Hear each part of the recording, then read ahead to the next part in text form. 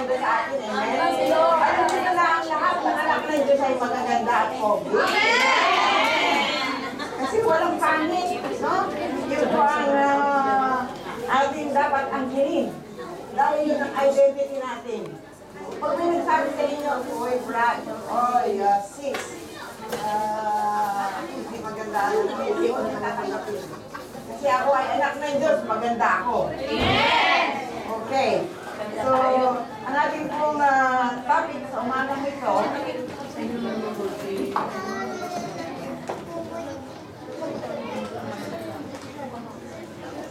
ito po yung ating pag-aaralan sa umagang ito, no?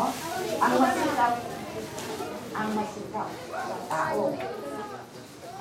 Pagkaraniwan sa atin, lalong-lalo na pag nandito tayo sa Japan, masikap tayo, no? Diligent. Ano po ba yung sabihin ng diligent? Masikap, masigasig, ano pa? Isyukeme, ano pa?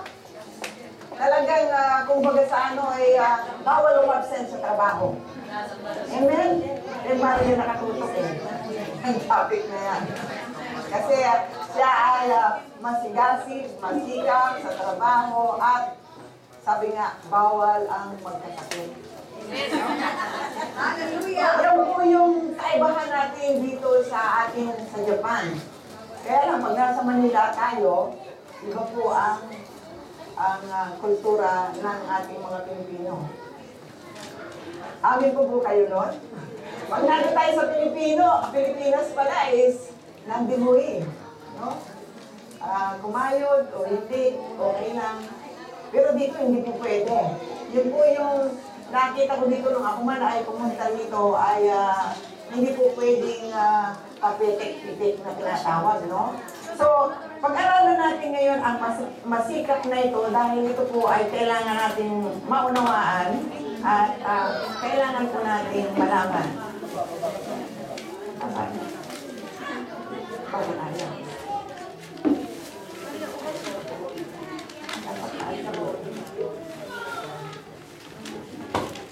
Kakaon lang. Wala nang ano, kanina lumabas. Walang bantu. Ayaw niyang paggamit. Okay, anyway, hindi po yan lang para tayo ay hindi matuloy sa ating manual na lang. Ikaw na lang mag-click yan. Okay. At pag-click mo lang po, Pastor. Yan po yung Kawikaan 12:24 na binasa kanina. Isang pag-click.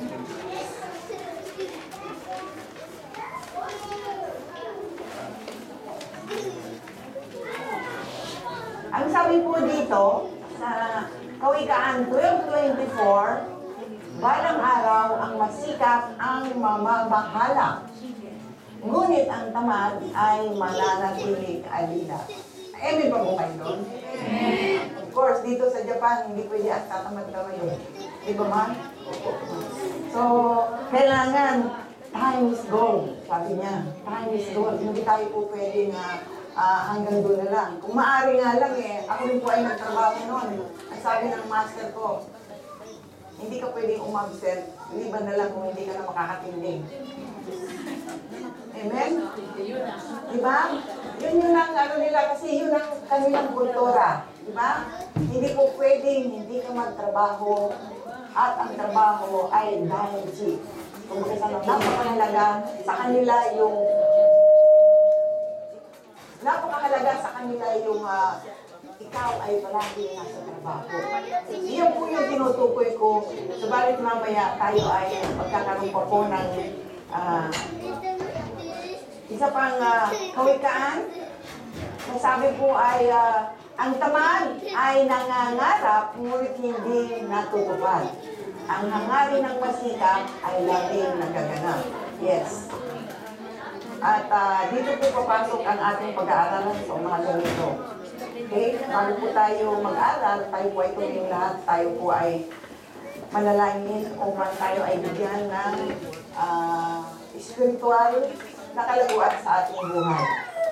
Hallelujah. Sabay-sabay po tayo. Maraming salamat o aming Diyos. Inaanyayahan ng tayo, Diyos. Sabi po kami sa iyo awitin, may gagawin ka. taong dinala mo dito sa umaga nito. Malaki kang Diyos. Malaki ang gagawin mo sa amin sa umaga nito. Sa mga salita mo, sa maririnig ng bawat isa, Lord, na magkaroon sila ng kalakasan. Magkaroon sila, Panginoon, ng encouragement. Magkaroon sila ng kaalaman, Panginoon. At higit sa lahat, Panginoon, ay inaanyahan ko ang pasensya mo sa bawat isa. Open their ears, Panginoon. Hayaan mo na magkaisa kami, Panginoon, sa isang Espiritu na magpapalaya kung sino man ang nalilito, kung sino man, Panginoon, ang nilalangin, kung sino man, Panginoon, ang wala sa kanyang sarili o sa kanyang isipan sa pagpunta rito. O Lord, ilib mo siya at bigyan mo, Panginoon, ng kahalagahan ang araw na ito, kung bakit kami ay dinala mo rito, kung bakit kami ay binigyan mo ng pagkakataon. O Lord, na magkasama-sama upang makinig sa salita mo at baunin namin ito sa loob ng isang linggo, O Lord. Tinataas ka lang namin dito, Yahweh, aming Panginoon. Punuin mo kami ngayon ng iyong salita. Punuin mo kami ng nais mo, ang mensahe mo, Panginoon. Nadadali namin bilang aming panangga, bilang aming pagkain ng spiritual, Panginoon. Maging sa mga Japanese na ito, Lord, tinataas ko, somebody can translate there. Hallelujah, na maunawaan nila, Panginoon. Ang mensahe sa umaga nito ay para sa lahat. At galing sa iyo, hindi po sa aking kalakasan. Ako ay daluyan lamang niyo, Panginoon, upang ibigay ang lahat ng nais mo para sa mga anak mo, Panginoon.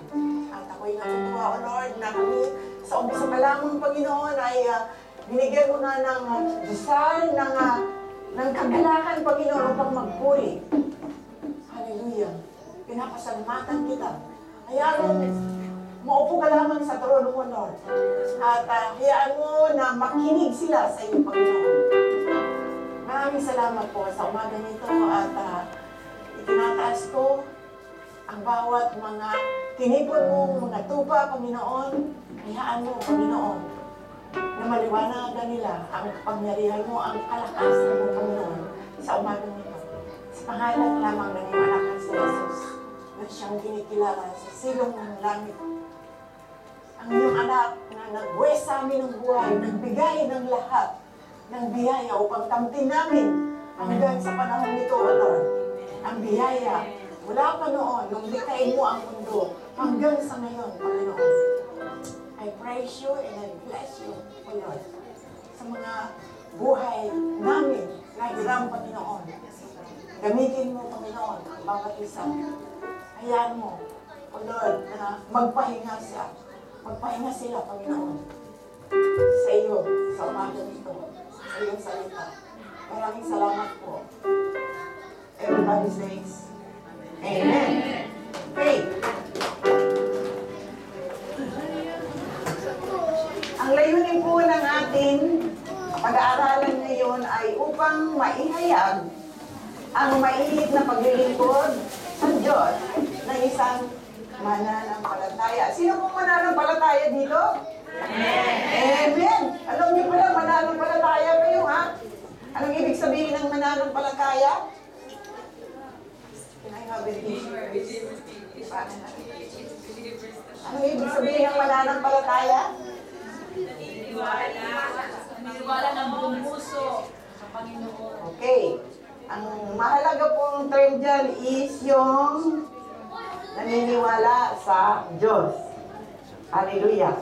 Pasensya lang po kayo kasi iyakin si mami nyo eh. Pag tumatanda na raw ang tao, nagiging emosyon. At hindi mapigilan ang pagdaloy ng luha, kaya tatandain kayo. Walang mo yun. Okay, yung kanina sinasabi ko pong kawikaan is as sa ating sariling kalakasan ay makakamta natin ang lahat ng ating pangarap. Amen? That sa ating pagsisikap, sa ating pagtatrabaho, ay lahat ay may nakaipon naman tayo sa ating mga anak. At ito nga po yung nais kong ipaliwanag sa inyo mabuti ngayon na kapag ang pagsisikap ng isang tao na hindi kasama ang Diyos, na wala sa layunin ng Diyos, is risky. Ano po yung risky? May mga tao nagsisikap, sila po ay nagtatrabaho araw at gabi, gabing araw, parang gano'n. At sa katagalan, hindi po naman lahat. Mayroong nagtatagumpay, mayroon naman pong nalulumbay. Nalulumbay dahil hindi sila nagtagumpay sa kanilang pangarap. Kaya kung ang inyong pagsisikap o kasigasigan ay may layunin ng Diyos sa buhay natin, 100% po. Ang sabi nga kanina, balikan natin, is yung sinasabi ko kanina na yan, balang araw, ang masikap, ang mamamahala pala tayo, no? So, kung mamamahala tayo, pag sinabing mamamahala is mamumuno, no? Mamumuno. So, kailangan natin akyatin yung sinasabi ng Panginoon na ito sa pamumuno natin, no? Kasi yung wisdom is not really your wisdom, but the wisdom for your work and everything is from the Lord. Amen? So, ang sabi nga po, saan ba na maaring maihalin tulad ang tunay na nagsisikap sa paglilingkod? Pwede ko pang sumagot ang isa sa inyo? Saan ba maaring maihalin tulad ang tunay nagsisikap sa paglilingkod? Yung paglilingkod natin sa Diyos. Ano ang maaring basihan natin? Ano sa paglilingkod? Nakatulala kayo tinatanong ko kayo. Amen? Okay.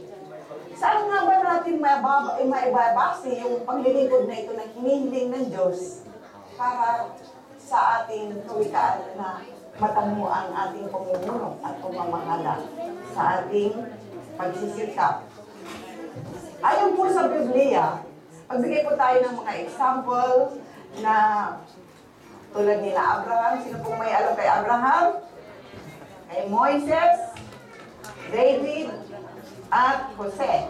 Ito po ay ilan lang sa tinawag ng Diyos na may layunin, hindi lamang sa paglilingkod, kundi sila man po ay may kanya-kanyang mga gawain. Si Moises po noon ay, ano ang trabaho ni Moises? Puno.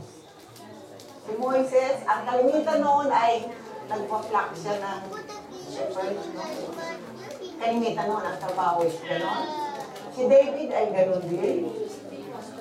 Si Jose ay bata pa siya, wala itong trabaho, pero nasubok siya ng Panginoon. At ito po yung at si Abraham, sino po nga ba ano ba ang trabaho ni Abraham?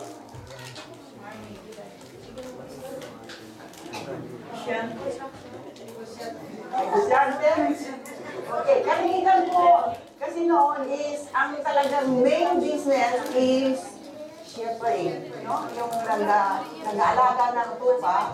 At noon nga, ang sabi ko is wala tayong ginagamit na pera kundi barter. Alam niyo po ba yung barter? Palitan lang. Kasi hindi pa nauso yung pera noon. Pag ikaw may damit na tinitinda at gusto mo ng pagkain, palit kayo.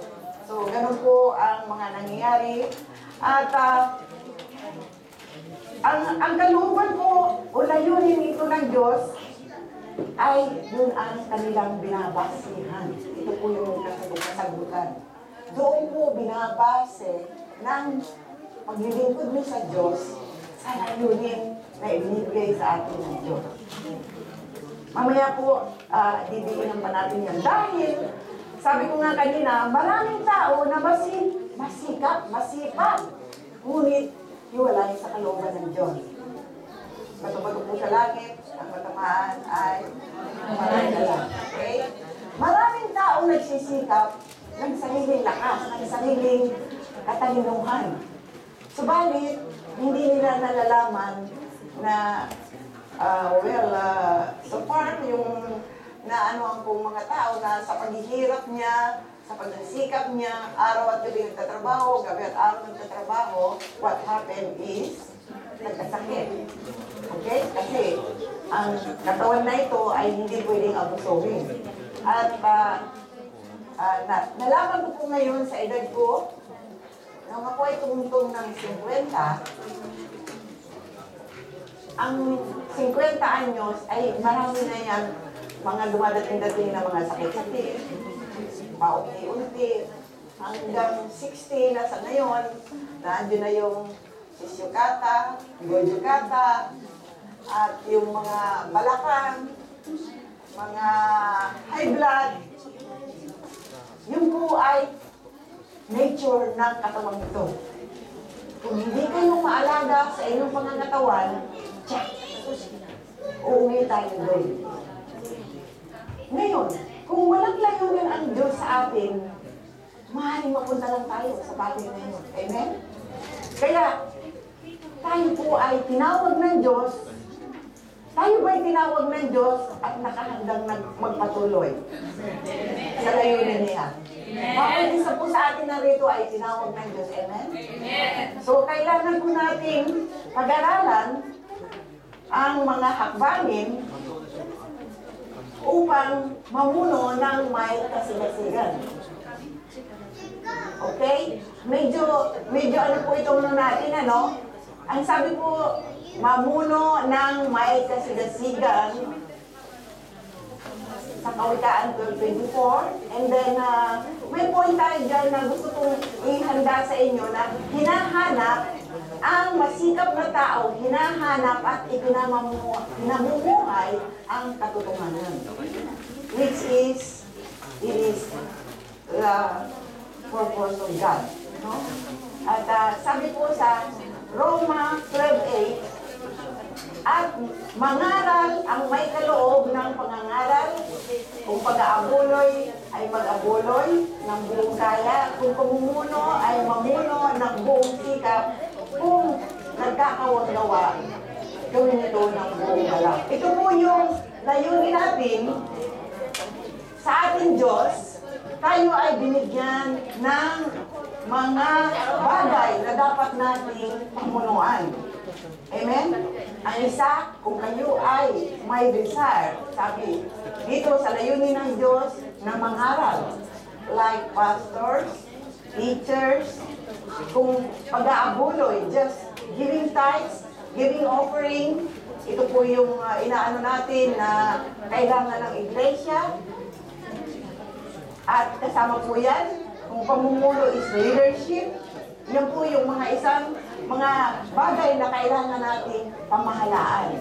Mamuno ng may kasigasigan. Kailangan kung tinawag ka ng Diyos, sa calling na ito, alinman dyan, kailangan natin maging masikap, maging masigasig. So, 2013 po, ang ano natin, kung sa inyong mga nakaraan na taon ay hindi pa natin nagagawa ang mga bagay na ito. Hindi pa nyo nakabatid kung ano ba talaga ang gift o ang layunin ng Diyos sa buhay nyo.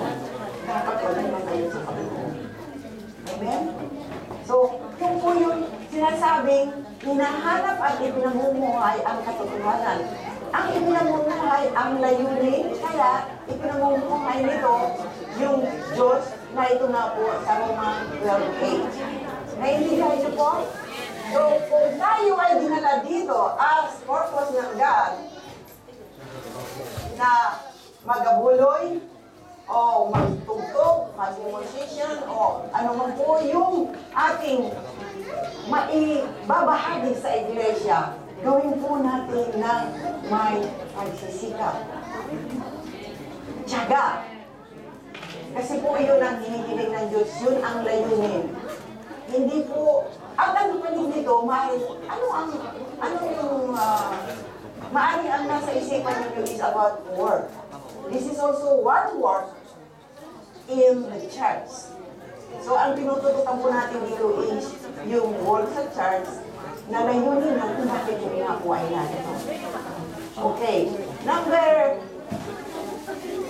ay mga hakbang kapag tulad sa layunin ng Diyos yun po yung mga hakbang natin na kailangan natin mamuno ng may kasigasigan. Okay? At secondly po, hinahanap ng tao masikap ang kabanalan. Naghahanap ba kayo ng kabanalan? Amen, of course. Kasi ang sabi ko, hindi tayo makakarating doon sa langit. Not unless you are holy like that. Amen po po kayo doon. Walang nakakarating sa langit na ang puso ay marumi. Walang nakakarating sa langit na ikaw ay marumi sa paningin ng Diyos. Kaya habang nandito tayo sa daigdig na ito, ay nililinis tayo, tinuturuan tayo, binibigyan tayo ng mga bagay ng Panginoon ng paglilinis, hindi lang po paglilinis, kundi kapangyarihan, yung binabahagi ng Diyos, upang tayo ay magkaroon ng encouragement. Tingnan po natin sa 2 Pedro 1:4-8. Hinahanap ng taong masikap ang kabanalan. How do we search this? Sabi po sa verse 4, which is 2 Peter po yan, kung gusto niyong basahin sa inyong sarili ng aklat. Ito po ay kinuha po sa ganap, ganap na buhay. Ang sabi po dito, verse 4, sa pamamagitan nito, nangako siya ng mga bagay na mahalaga upang makaiwas kayo sa mapanirang simbuyo ng kahalayan, umiiral sa mundo ito, at makahati sa kanyang kalikasan bilang Diyos. Okay. Lord shared everything about His nature, no? Yung kanyang kalikasan. Pag sinabing kalikasan is character, no? Yung ating dapat na taglayin at pagsumikapan upang tayo ay makarating doon sa kingdom. Sabi niya, ang layunin niya ay makaiwas kayo sa mapanirang simbuyo ng kahalayang umiiral sa mundo nito. Ano ba yung mga mahablag sa atin? At kailangan po nating maintindihan yun. Alam niyo na po siguro yung masama at mabuti. Amen? So kung ang anak ng Diyos ay matalino, amen po ba kayo doon? Alam ng anak ng Diyos na masama ang mga bagay na lumalapit pagminsan sa atin. But sometimes, if we are not tuning sa Panginoon, nakakagawa tayo ng mga bagay na hindi natin maiwasan. How can we have makahati sa kanyang kalikasan bilang Diyos kung tayo ay hindi magiging banal sa kanyang Panginoon? Amen? So, verse 5 po, dahil dito, sikapin ninyo. Sabi nga po dito, para makaiwas tayo, dahil dito, sikapin ninyo, idagdag sa inyong pananampalataya. We have already received faith. At naniwala na tayo sa Diyos. Kailangan dagdagan ang ating pananampalataya. Kailangan dagdagan pa yung ating pananampalataya ng kabutihang asal. Sa kabutihang asal kasi, naandun ang kaalaman. Okay? At sa kaalaman, ang pagsusupil sa sarili. Ito po yung pinakamabigat yung pagsusupil sa sarili. How can we discipline ourselves kung tayo ay napapasok sa isang balon, sabi nga, ay alam mo ng balon ay pupunta ka pa doon sa balon. Sometimes, dahil wala yung Panginoon sa atin. Sometimes, we forget to pray. Sometimes, kahapon nga po is nagkaroon kami ng counting, sharing all of things that is happening, no? Ang buhay, bakit mabigat ang buhay, bakit ganito ang buhay, bakit nangyari sa akin ang ganito, bakit puro tanong, no? Because we lack something too, no? Kulang tayo, kaya na tayo po ay kailangan matuto sa mga sinasabi ng Panginoon, lalo-lalo na every Sundays. Dahil matalino po ang kaaway ninyo. Tandaan ninyo na kapag may inilagay ang Diyos sa inyong mga salita, paglabas nyo ng kwartong ito, inaagaw ng kaaway na kung hindi nyo sisiliwan ng sarili ninyong katwiran. Amen? Next Sunday, pagtanong ko sa inyo, ano nga ba pinag-aralan natin? Ano nga ba yun? Kailangan kayo maalala. How can you live within a day without God? It is too risky po sa atin na mamuhay tayo, na lumabas tayo sa ating bahay, magtatrabaho, yes. But if God is not with you, how can you have something from God? No? So yun po yung layunin ng Diyos na tayo ay bigyan ng mga bagay na maganda sa ating buhay, yung tularan, mga hakbang na dapat natin gawin. First is, who among you, before going out of the house, is praying? Pagkataas po, honestly lang po. Well, mostly yung po, maraming salamat po. At doon po sa hindi gumagawa, tandaan nyo na pag lumabas kayo ng bahay, hindi kayo nag-pray, it's too risky. Hindi ko sinasabing may mangyayari, but to be sure, kailangan nyo gawin yun. Because kung naniniwala kayo, Lord, magtatrabaho ko ngayon, may yuki ngayon, baka ako'y madulas dyan, baka ako'y magkaroon ng accident, hindi ano. But I believe, because you are with me, because I pray, you will protect me. Amen? So if you pray within your heart, sinisigurado ko sa inyo, 101% because God is good. Amen? Okay? So, sabi nga po dito, pagsusupil sa sarili, kailangan po turuan natin. Kanina narinig ko kay Cynthia, ay luluwa ko, turuan mo ako. No? Yung kaluluwa natin, kailangan turuan natin. Kailangan supilin natin yung pananatili ng kaluluwang yun. Kasi yun ay sarili niyong kalakasan. Kaya turuan mo yung kaluluwa mo. Turuan mo mag-pray, turuan mo lumapit sa Diyos, turuan mo sa mga bagay na inyong naririnig. Discipline is the most hardest way to live dahil yung nature mo ay lumalaban. Yung kaluluwa mo, no. So if you are not firm in your faith, talagang malilito kayo. So just simple things to say is believe and ask God for His presence sa araw-araw. It takes only 3 or 5 minutes. Busy na. Kung kayo po ay busy. Yung po madalas kong sabihin pag nag-tweet ako, if the presence of God is with you, He will be against you. Diba? Marunong na sumagot, ha? Okay. So, at sa pagsusupil sa sarili po, pag nadisiplina natin ang ating kaluluwa, ang ating sarili, ano po ang binubunga? Katatagan.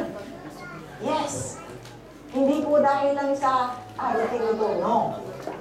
Because God sees your heart. At pag alam niya na palagi, ang anak ko nito, kung yung mga anak niyo nga uy, ang anak ko nito, mabait. Sinusunod niya ang anak ko, kaya palagi may, baon na, sarap. Gumobi. Ang Diyos pa kaya? Amen? Simple lang po yung inaano ng Diyos. Huwag niyo lang pong kalimutan ng Diyos. Anywhere you are, at kahit na saan lugar na hindi lang Diyos. Omnipresent ang Diyos. Ibig sabihin po, kahit na nag-CR kayo, you can call God. Amen? Okay? At Ayun na nga po sa katatagan, andun po yung kabanalan. Yun po yung sinasabi ko minsan na pag naging maganda na, laging ganap na tayo at nakita na sa ating ng Diyos, na tayo ay complete, ganap. I think God will not let you be seen and He is going to get you. Because kahit na sa ayaw mo sa gusto mo, kung meron ka pang maiiwan, God knows na i-provide niya ang pangangailangan because He is the one to get you. Okay? So, kung tayo po ay ganap na, yun po yung madalas yung may kanta ka doon na diba, yung sa huli, complete. And I'll be complete. Ano ba yung kanta? Gusto ko yung kanta yun. Complete na tayo, wala ka sa dito. Siya, baka mauna pa kayo makuha kaysa sa rapture. That is 100% po. Kasi ayaw ng Diyos na kapag ikaw ay malinis na magkakasala ka ulit. Gusto ka na ng Diyos, gusto ka na kunin ng Diyos. Kaya, He will just get you, maybe through just, sa akin, sabi ko, Lord, if I'm already set sa kalooban mo, sa paningin mo, just let me see, bigyan mo yung hilingin nyo. Kaya nga po, may mga question tayo, bakit may mga pastor na namamatay ng accident? It's a very big question for me. Kung ako po ay bata pa, sa pananampalataya, yung pastor namin ay namatay sa accident. It is a very big question mark for me. Namatay sa aksidente. At nakita ko po yung pastor na yun kung paano maglingkod, mag-ano. So I was just, parang gano'n lang. Gano'n lang yun.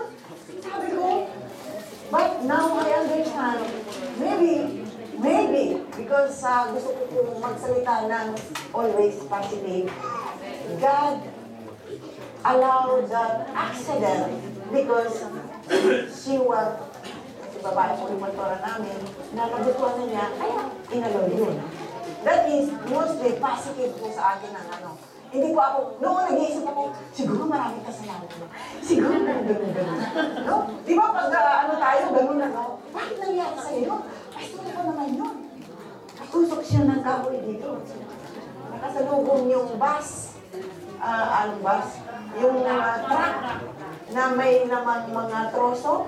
So, puyat sila. Yung nagmamaneho is, sa kanan ba yung maneho? Hindi, kanan. Kanan? O, nasa kanan na, no? Left. So, yung driver, hindi na ano. Pero yung pastora, nakatabi ng driver, yun ang tinamaan. Right to the heart.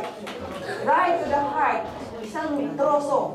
Pagbangga nilang gano'n, dito. And isang buwan at kalahati pa lang ako sa church. And nagkaroon kami ng mag-pray tayo gano'n. So, I was not really praying, but I was murmuring. Because, questioning, Pastora, namatay sa aksidente? Kahit na sa inyo siguro, no? Meron na tayong pastora na namatay. Yung namatay naman sa cancer. What do you think is the point of that? Kaya, kung tayo po ay pumasok na dito sa kabanalan, yan po lang ang aking positive na ano, lalong-lalo na kahit na po hindi pastora, kahit na po ano, basta na gusto lang ka na ng Diyos at ganun ka na and complete ka na. So, very child. And I will give you rest. Kung ka na sa aking kaharian. Whatever happened, because Diyos naman siya. Magagawa niya ang lahat ng mga ilong. Amen? Okay. At sa kabanalan po, ito po papasok pang isa, is pagmamalasakit. Pagmamalasakit sa pag-ibig. No? Pasensya na kayo. Mali yung typewriter. Pagmamalasakit sa pag-ibig. Pagmamalasakit natin, napapansin nyo ba ang mga mga katabi nyo. Naano nyo ba na meron silang pagmamalasakit design?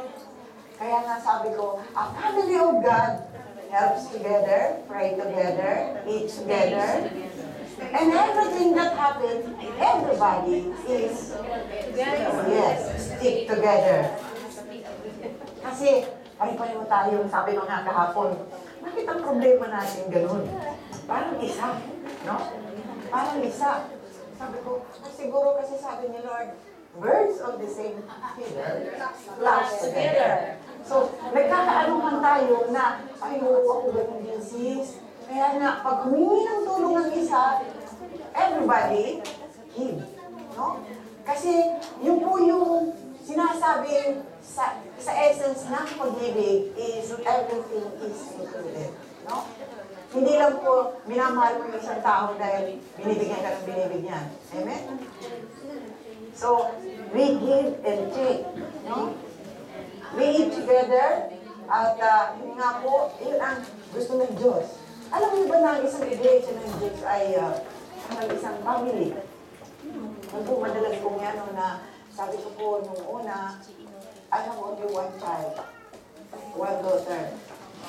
And ito pong one daughter ko is lumaki pa na wala ako because of pagsisikap ko na mabigyan ng trabaho. Na kahit na yun nga, pumasok ka na sa mga bagay na hindi dapat gawin because as a mother, you have to do it, no? But I was in the wrong way na hindi ko maintindihan, but now, I know the truth. So, ganun pala ang ano ng Panginoon, but God's allow everything for a purpose, no? Kaya sabi ko, yung mga nakaraan ninyo, kailangan that is already fast, no? Huwag hindi na ano sa buhay nyo, kasi it was fast. Ano na yun? Hindi na yung pwedeng harangkatin. Kundi, ang tutunan nyo is yung present. Meron lang po ako i-declare out, no? One thing. Kapag nakilala nyo ang Diyos for this time, but your situation is not good, no? I will not, hindi ko i-elaborate. Alam mo, masama ang situation mo. But you just have met God, no? Now, magkakaroon na ng conviction. Pero tandaan niyo po, na yung situation mo ay hindi pwedeng umadlang, kaya nga katinawag ng Diyos. No? May layunin ang Diyos sa bawat isa sa atin. If you are in the wrong situation, kaya katinawag is because of that. And makikipagdili ka sa Panginoon at sasabihin ng Panginoon sa iyo, and now because you have known me, everything will be changed. Everything will be transformed. So, huwag niyo pong i-ano na, kasi hindi ako pwede dyan, kasi ganito. Because that was fast. And the Lord will try to transform you from the dark to the light. No? So, kailangan lang po, maintindihan nyo na yung situation nyo ay pwede kayong gamitin ng Diyos. Kahit na ano pang uli ang situation nyo. You can. As long as nag-present ka sa Panginoon at sinabi mo, I am like this, and God, I want to serve you. And that's all. Kasi, iaayos ng lahat ng Panginoon ang bagay na yun. Kaya kanya tinawag. That is why, purpose. So, kailangan po natin maintindihan na dito sa binanggit na ito, kailangan natin ibalik po natin. Ulitin po natin, idagdag sa inyong pananampalataya ang kabutihang asal. Ano ba yung mga kabutihang asal? Alam po niyo yung kabutihang asal. At least, hindi ko na ipapaliwanag sa inyo yun, ano? Kabutihang asal, ano? At kaalaman, the truth. Kailangan po natin yan, ano? The truth will set you free. At ito po yung sinasabi ko na mahirap hanapin, mahirap i-apply, discipline. Discipline. No? Pag may disiplina kayo sa sarili nyo, makikita nyo, ito po ang pag-aralan nyo na maano nyo sa buhay nyo, ang controlling, ang inyong, because the nature of this body is really rotten. Amen? Yung ating nature ay talagang bulok.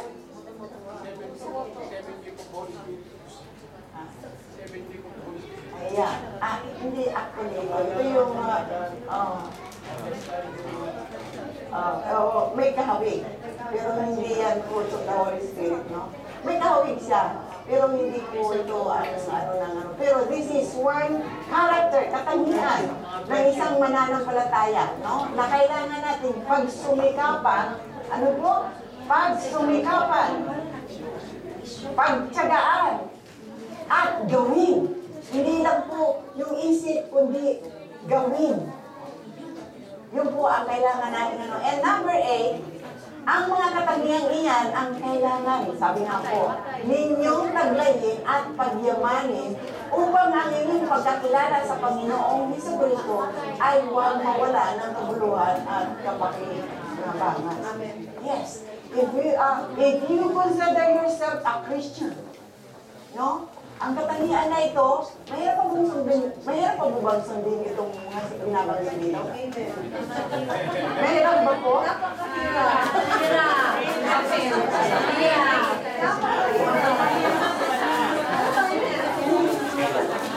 Mukhang nagdalita mo, Lord. Mahirap daw sundin. Okay. Alam po na hindi isang click po yun. But sa biyaya at blessing ng Panginoon, if you really want, just subukan mo muna yung, ito mahirap to eh. Subukan, saan mo na kukuha yung kapatagan? Pagsusupil. Pag sinupil mo, binigyan ka ng ano ng Panginoon, ng pagsubok. Okay. Sabi ko nga kahapon, okay, gusto nyo yung pagsubok nyo ay lumala ng lumala? Bago kayo ma-correct. Amen? Amen. Ang pasubok ng Lord ay ganito lang. Tapos hindi ka sumunod. Okay. Next is a little bit hard. Kumbaga sa medium, rare muna, medium. Saka gano'n no? Pagdating na ano yan? Ano?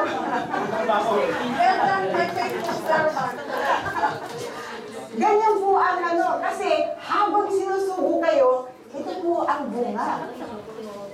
Yan, katatagan. Habang sinusubo kayo, habang kayo dinidisiplina ng mga pagsubok, you are really firm out. Di ba? Pag ang athlete, paano nag-firm out? Kailangan discipline, tumakbo. Training. Oh. Tayo ay mga sundalo ng Diyos. Kailangan tayong tumakbo, sumunod. Pag hindi tayo sumunod, sabi ni Lord, sige, ibigyan kita nito. Ano mo ba yun? Sabi niya, Lord, mas mahirap yan eh. Kaya ano ba gusto mong gawin? Amen? So, nandun po yung sarili niyong desire or sarili ninyong pag-iisip. Susunod ba kayo o hindi? Parang susunod ba kayo o hindi? Sige nga po, sumagot tayo. Susunod. Susunod po, Lord. Susunod naman pala eh. Gusto pa niyang gumilang ng taon. Meron ako naririnig na testimony. I'm already 10 years, 5 years, 20 years na sa Lord. Pero, gusto pa rin ako. Pero nandito lang ako, parang ganyan. Because, hindi siya nagsumikap. Hindi siya naging masigasig. Hindi siya nagtyaga. Hindi siya nagsikap. No? Kung mga bagay na ito ay hindi mo tinupad, you are already 60s, 70s. Wala na pong lakas. Pag 70 na kayo, ayan, may bag na akong dinila.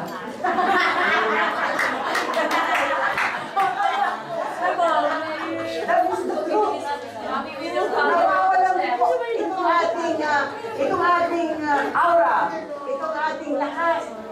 ating Bengam.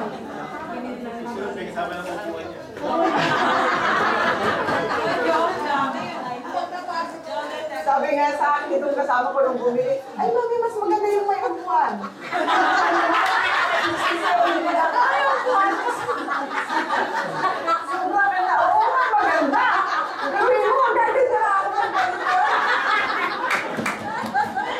Pero I thank God, dahil kahapon, through prayer, talagang sabi ko, sabay-sabay tayo, ibigay natin ang ating kabigatan, sabay-sabay tayo, hindi natin ang kalakasan, and I was given wisdom na sa halip na ang ilagay ko ay, ano ba yung sa lumbas na malamig, o kaya, is, bago ako matulog, nag-i-ache talaga yung aking, talagang, hindi ko something is, dito sa parang nasa loob at talagang And if I move like that, hindi ako makatulog, ay talagang, Itay! Sabi naman ng asawa ko, Nani? Malera pala yung paro kami at isulay So, sabi ko, Lord, mag-praise ako bukas. Sabi ko, kung hindi ako nakatulog, paano ako mag-praise? O ikaw mag-praise. So, sabi ko, ano ba ako dapat dito nilagay? Nakabili na ako ng ilan sa lumpas na ang nilagay ko na dyan. Ilan na yung, kung ano-ano lang ginawa ko. Nagparo pa ako sa wala. And then, suddenly, initin ko daw yung mainit na inuwi. Hindi mo bawal yung mainit. Nagmumuring pa, no? So, ininit ko yung nitampo, dinagay ko dito, yung iniinit lang sa trains.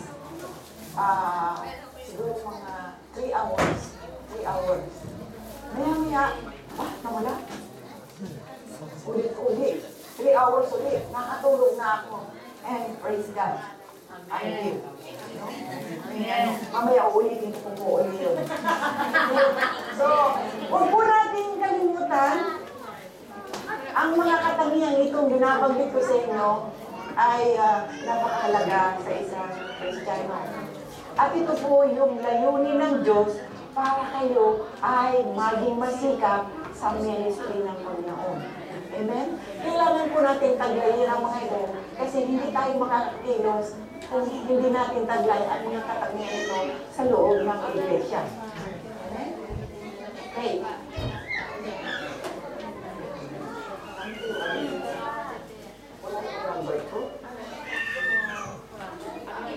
Bigyan ko po muna kayo ng isang halimbawa.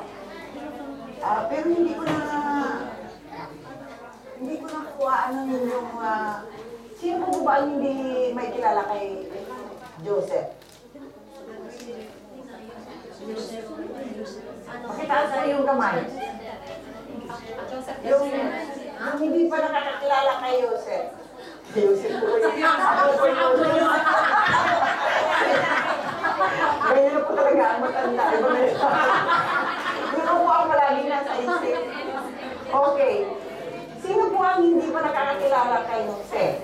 Parang yan, no? Okay. Ibigay ko lang po yun kasi mga kwento ito. Ang halimbawa po ng diligent person yung pagsisikap is nakita sa buhay ni Jose. Bakit po? Ito po si Jose ay bata pa, ay the dreamer, nangarap na siya, subalit dahil sa kanyang kabataan, hindi siya pinaniwalaan ng kanyang mga kapatid. Sa halip, nakasar. No? Kaya, ang ginawa ay pinagtangkaan siyang patayin. Subalit, sabi ng Lord, hindi mo pwedeng patayin niya dahil mayroon akong layunin sa kanya. Kaya, bago nila mapatay, ay may dumaan na mangangalakal at ipinagbili siya. No? At siya ay napunta saan? Sa Egyptian. Yes. Malapit ka na mahal ni Pastor Ramon. Okay. But, I'm just pushing up. Malay mo, no? Hindi natin alam. Oh. At least. Yes, amen. Then, news from here. Alam mo, church ranking tayo ngayon eh. Sisimula na tayo sa Adats ko. lahat ng ano, doon naman, magsisimula kay Ramon. 3 years from now. Okay. Sabi niya, magkano ka muna ng mga kaibigan mo, no? At padadalan kita ng isang poging pastor. Okay. Ilang katabi mo? Ang katabi mo? Okay. Pinagtakaan patayin at inakusahan sa kasalanan na hindi ginagawa. Ito lang po ay, ano po ito, at ibinilanggo. Sa kabila ng mga pangyayari ay nanatili siya sa layunin ng Diyos. Amen? So, nabatid natin na sa buhay ni Jose, ang kasagana, ang pagpapala, after all of this troublesome in his life, is saka pa lang pinagpala. No? So, naging assistant ka ng Paraho. Ayun na, nabilanggo na siya na inano siya na hindi siya, kasi inano niya yung, hindi niya pinansin kasi si Padora. At siya ay ibinilanggo at doon ay nag-raise up na ang Panginoon. So, within 40 years, imagine, ilang taon na Ramon? 54. Oh, there is still, bata pa. 3 years from now. Okay? Tandaan mo yun, 3 years from now. Yes. Hindi. 50 ka pala na yun, di ba? 53. Oh, 54, 3 years, 57. So, alam mo ba na sa edad ko is, I'm going to 67. Amen.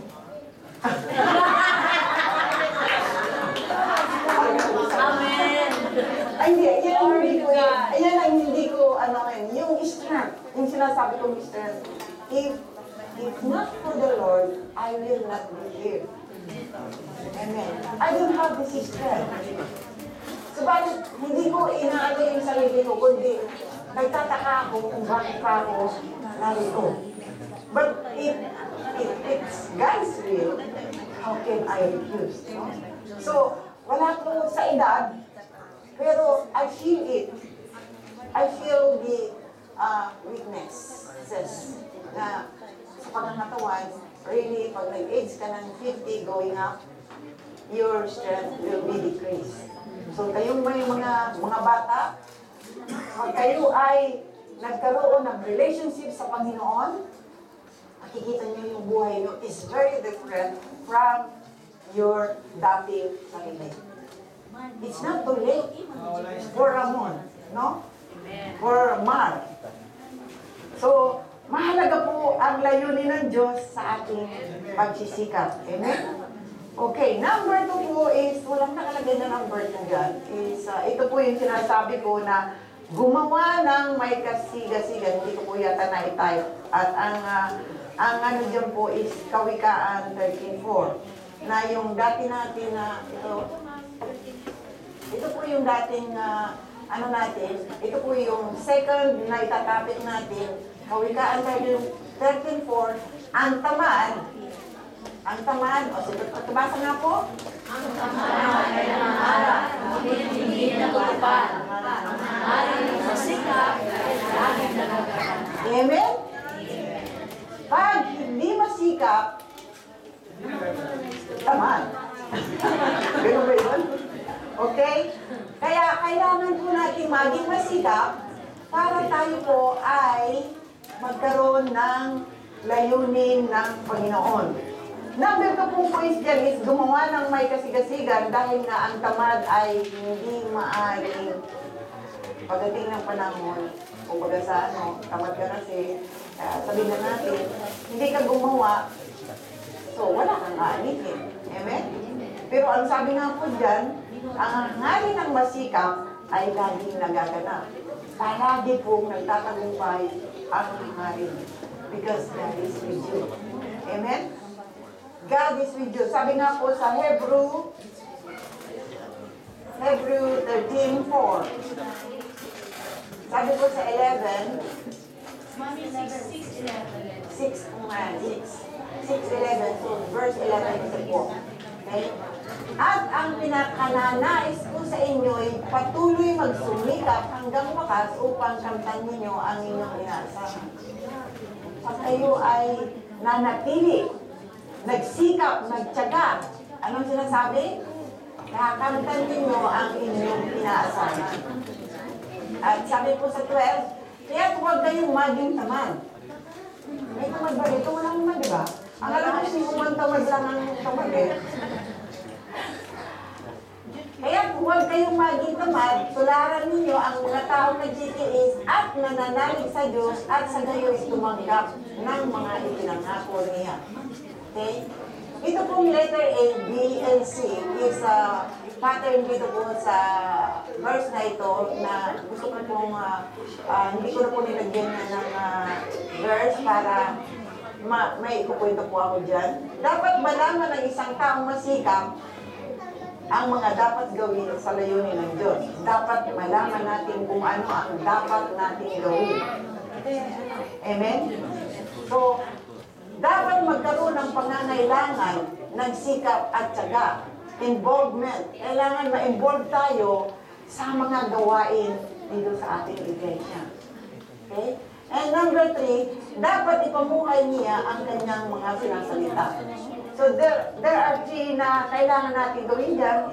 Kailangan may involvement, kailangan may ipinamumuhay na salita, at may tatanggapin tayong risky, but tayo po ay nakahanda doon. Nakahanda ba kayo magkaroon ng risky? What is that in Tagalog? Risk. Pangangin, no?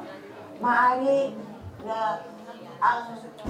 magawa ninyo ito, at saka yan, but hindi. Magiging risky po ang lahat kung hindi tayo nakaano sa buhay natin.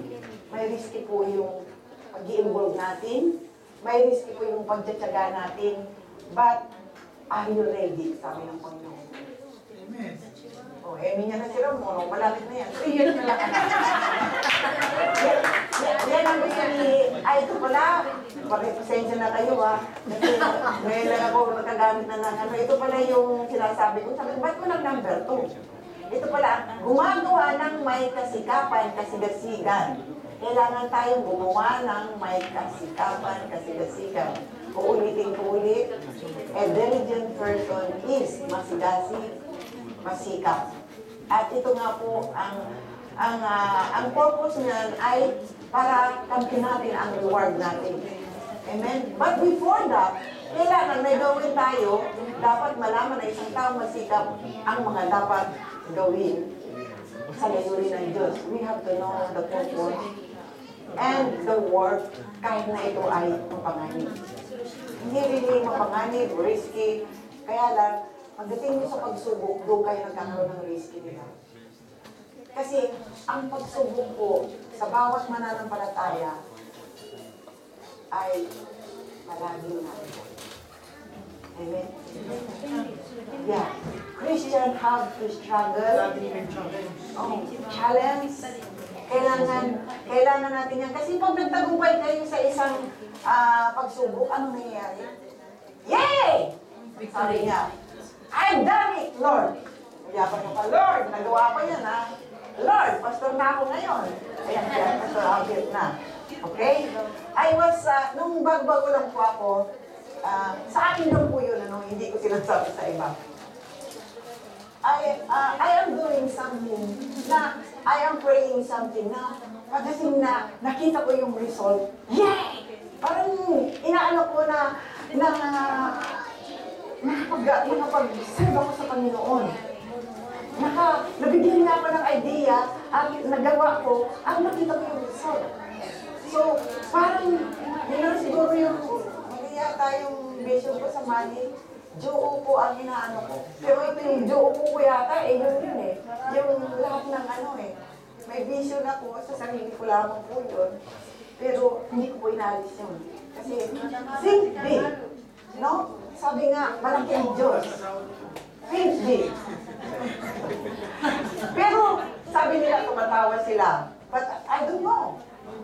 I still stick on my vision. Diyo ko ang kailangan.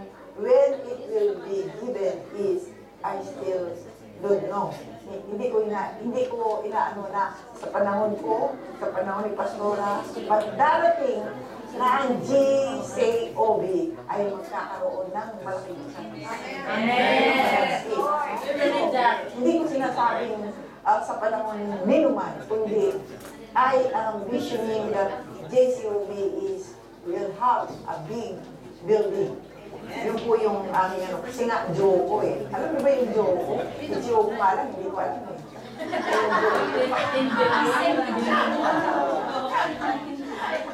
Amen? Okay. So, bago tayo pumasok sa pagtatapos po, gusto ko lang pong bigyan kayo ng isang another illustration doon sa Hebrew 6:11-12, which is, ang halimbawa po dito ay si Nehemias. Sino po ang may alam kay Nehemias? Taas ang paa. Hindi pang himagas. Nehemias. Sino po? O, tingnan nyo, wala pa kayong alam. Iba po si Nehemias kay Jeremiah. Jeremiah is a major prophet, but Nehemias is just a great leader. Matyaga, masikap. Okay, assignment niyo po yan ha. Babasahin niyo si Nehemias. First King or Second King. Okay, si Nehemias po ay tinawag ng Diyos sa isang layunin. Nung sila ay nasa Babylonia, isa pong tinawag si Nehemias na para itayo ang muog ng Jerusalem. Okay? So, isa siyang leader na bagamat ano ko ba ano yung ano na yun? Is maraming mga asunod. Kumbaga sa ano, maraming madlang, maraming ano, kasi maaba po yung kwento. And for short, siyempre, anong dapat natin gawin? Manalangin muna tayo. Ano ba ang layunin mo, Lord, sa akin? Kailangan manalangin tayo and ask the Lord, what is, yung po, isang assignment ko pa rin yung nito yung ang daming assignment, ano? Gusto kong pag-isip kayo mamayang gabi, pag-pag-usap kayo sa Lord. Then, because of this topic, tanungin mo siya, ano ba ang layunin mo, bakit tinawag mo ako dito sa Warati? And next Sunday, gusto kong merong mag-isang testimony na siya ay sinagot ng Lord. So, may friend po yung mag-testimony. Pero, hindi joke yun. May isang hamburger, McDonald's. Oh, ay, hindi na galing pila. Kauwi pa ako nun. Okay. Sinigimias po. Tandaan mo nyo yun na next Sunday, sino ang preacher si Eddie, tatawag muna kami ng isang kung kayo po ay kinausap ng Diyos at sinabi sa inyo, ang layunin ninyo kung bakit kayo narito sa Warati ako. Sabihin, clear na clear po ang vision kung kakausapin kayo ninyo. At isa pa po, pag binigyan kayo ng kasagutan, vision na mayroong kasamang verse. Verse. So, sinachallenge ko po yung faith nyo, yung ano nyo sa Panginoon, at alam ko na ang Diyos ay talagang mumumusang sa inyo.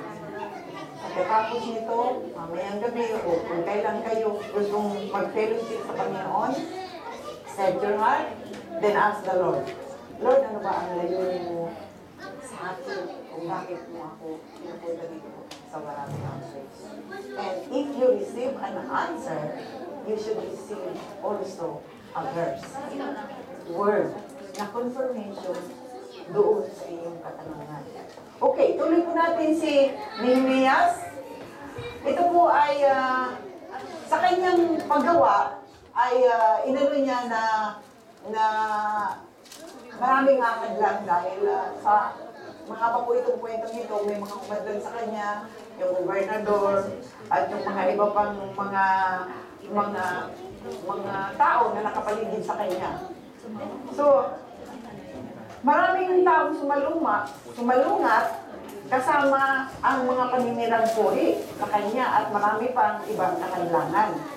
Subalit, sabi niya, nagpatuloy siya sa layuning inuutos ng Diyos. Kasi talagang, pag kayo kinausap ng Diyos, hindi kayo makakatulog. Nalakot na, no? But really, kasi hanggat hindi niya naiaano sa inyo yung layunin niyo, if really you are set, if your heart is set, sinusigurado ko po sa inyo na maraming, sino ba yung, oo, si Pastor Romy yata yung nag-testimony na nung siya ay tinatawag ng Diyos at pinibigyan siya ng gawain, siya ay nag-desire na, nag-aspire na symptoms po niya is ganito. Parang iniisip si Lord. Hindi makakain. Ganun po yung symptoms na, ano ba ito nangyayari sa akin? Ganun ka ba, Abel? Hindi makatulog. Hindi makatulog. Iniisip palagi yung ano, ay, Lord, ano ba ito? Parang ganyan. Yun po ang symptoms na kinakausap kayo ng Panginoon. At, maaari nyo lang, magbabasa ka ng, hindi pwedeng hindi ka magbasa. So, yun po yung mga bagay na at para kayong nasisiraan kasi kausapin ka. Ano yun? Eh bakit? Eh ganun. Parang nagsasalita kayo sa ano nyo. Mayroon bang tayo naiiyak kayo niya? Makakagulog kayo sa iyak. Kasi makikita mo yung presence ng Panginoon. Kung gusto nyo mo ang presence ng Panginoon, really set your heart, know your purpose, for sure, the Lord will answer you. No? Kaya nga po ito rin natin si Nehemias, siya po ay nagtagumpay sa kanyang layunin na tinanggap sa Panginoon. Muli niya nabuo ang ng Jerusalem. Kaya sa atin po, sa ating pagtatapos po, ito po yung natin, Kawikaan 22-29, sabi nga po dyan, nakikita mo ba ang taong masipag sa kanyang gawain? Siya'y tatayo sa harap ng mga hari, hindi siya tatayo sa harap ng mga hama. Tandaan niyo po yan. If God is with you, you are a diligent person, and you are doing the purpose, you are doing the word, in spite na kayo ay nalalagay sa panganib, God will not allow anything na mangyari sa buhay niyo. Kundi isang napakagandang pangarap, sabi niya, ang pangarap niyo, pagkasama niyo Lord sa pangarap, ay tiyak na magkakaroon ng katuparan. So, ready na po kayo dun sa assignment ko, ha? Ang sino mang makasagot at magkaroon ng confirmation ay may McDonald's. Hindi, hindi. May KFC na yan? KFC mami. Hindi po ako nagbibiro. Hindi po ako nagbibiro. Because I'm glad na may testimony sa inyo nandito dito and I know the purpose of God for me, why I'm here in Warabi Outreach. Amen po? So, let's all stand po at tayo po ay mananalo. Hallelujah. Salamat po. Nagiging ba kayo sa mensahe ng Panginoon? Amen. So, yes.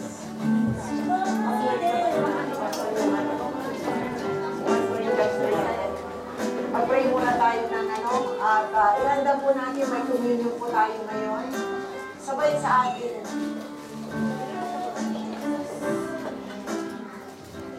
Pagkain ng salita, ay ihanda po natin ang ating sarili. Alam natin kung bakit po tayo nagtutulong ngayon ay because of this. The cross. No? Palagi natin alalahanin na ang ginawa ng Panginoon sa ating buhay. Ang ginawa ni Jesus ay napakahalaga sa atin. Kaya po tayo palagi nagkukuminyon upang tanggapin ang kanyang katawan, ang kanyang dugo, at alalahanin natin ang mga bagay na nangyari sa kanya. Huwag po natin kalilimutan. Tandaan po natin na ang pangalang Jesus ay tanging pangalan na kinikilala ng Diyos Ama sa pangalan. Kaya, through His name, through His life, from the cross, ay palagi nating ilagay na hindi natin makalimutan ang mga bagay na ibinigay sa atin ng Panginoon Jesus. Kaya, aalalahanin natin siya palagi sa pagbibigay ng kanyang katawan, ng kanyang dugo. Nais ko po na maging seryoso kayo sa pag-aalala nito.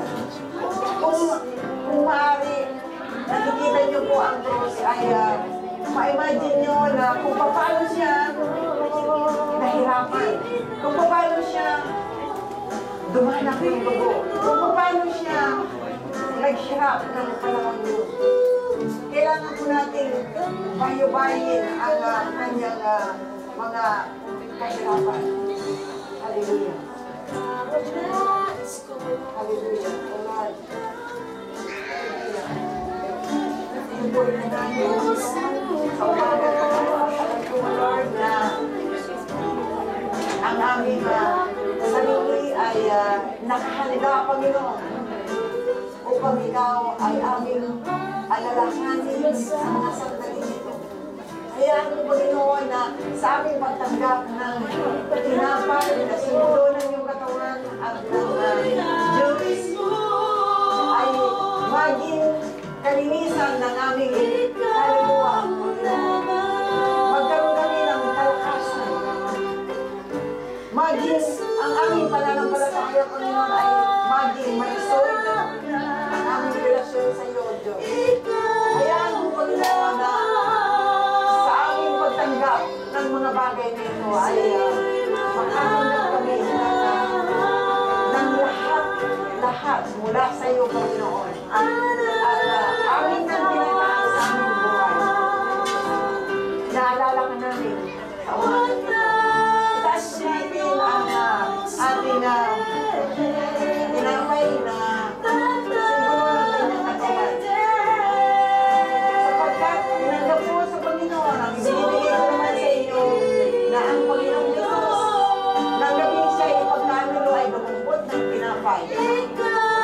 At siya ay nagpasalamat at kanyang pinagputol-putol at sinabing, ito'y aking katawan na pinagputol-putol dahil sa inyo. Gawin niyo ito sa pag-alala sa akin. Sabay-sabay po natin tanggapin. Ngayon din naman, taas po natin ang Diyos na simbolo ng kanyang dugo.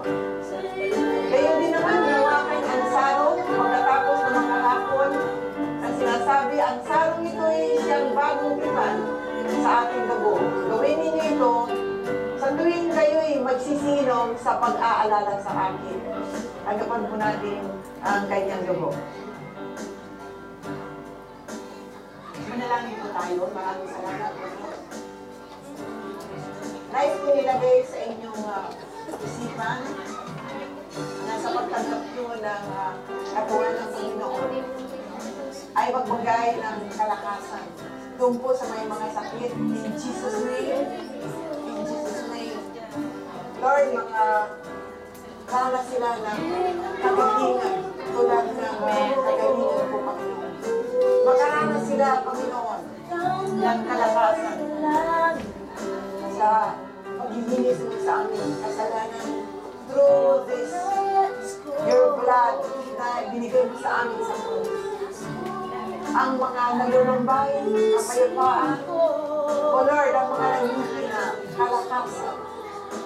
O Lord, dahil ikaw ang source, ikaw na ang mga magbibigay sa amin ng lahat na ito.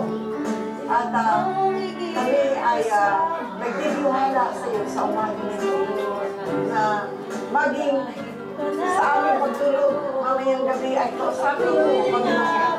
At alamin, Panginoon, ang layunin sa aming narinig sa umaga nito, Lord. Kaya na kami ay umuwi ng busog na busog, Panginoon. At may lakip, Panginoon, na kalakasan. May lakip na kaligayahan, kapayapaan ang madama namin sa mga sandali nito. Dahil ikaw ay narito at nakikita mo ang aming sitwasyon at nakikita mo ang aming pangangailangan. O Lord, maraming salamat po. Hallelujah. In Jesus' name.